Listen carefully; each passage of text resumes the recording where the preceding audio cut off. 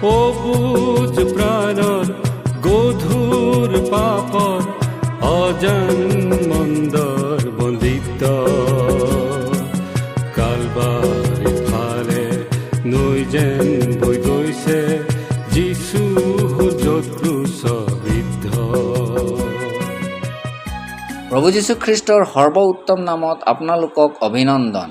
পবিত্ৰ বাইবেলৰ যোহন 18 অধ্যায় 22 পদত আমি এইদৰে পঢ়োঁ যে তেওঁ এইবোৰ কথা কোৱাত ওচৰত থিয় হৈ থকা টেকেলাবোৰৰ মাজৰ এটাই যীশুক চৰ মাৰি ক'লে, মহাপুৰোহিতক এনে উত্তৰ দিয়নে?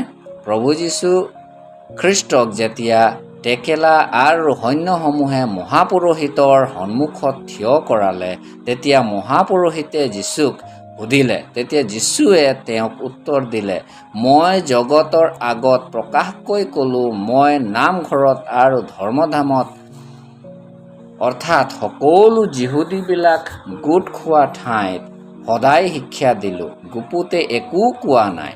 তুমি মোক কিয় সুধিছা? শুনি থকাবিলাকক সোধা যে মই তেওঁবিলাকক কি ক'লোঁ। চোৱা, তেওঁবিলাকে জানে মই কি ক'লোঁ। এই কথাত যেতিয়া যিহুদীবিলাকৰ উত্তৰ নাছিল, তেতিয়া এজন টেকেলাই তেওঁক চৰ মাৰিলে। এই যীশুখ্ৰীষ্টৰ প্ৰথম শাৰীৰিক শাস্তি। কোনোবাই দুখ কৰিলে, কথাৰে নুবুজিলে চৰ মৰা হয়, কিন্তু ইয়াত দুখৰ প্ৰমাণ নোহোৱাতো যীশুক চৰ মৰা হ'ল। তেওঁ নিৰ্দোষী আৰু নিষ্কলংক হৈও মনে মনে মানুহৰ অত্যাচাৰক সহ্য কৰি থাকিল। তেওঁক উপকাৰৰ সলনি অপকাৰ সন্মুখীন হ'বলগীয়া হ'ল। মানুহৰ পাপৰ প্ৰভাৱ অৰ্থাৎ অন্যায়, হিংসা, ক্ৰোধ, অত্যাচাৰ, ঘিণ, সকলো প্ৰকাৰৰ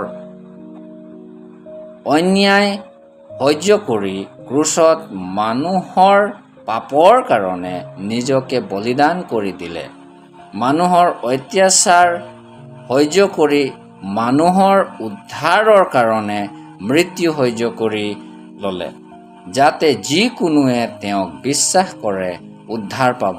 আপুনিও ঈশ্বৰৰ প্ৰেমক বুজক। এই আমাৰ প্ৰাৰ্থনা। ধন্যবাদ।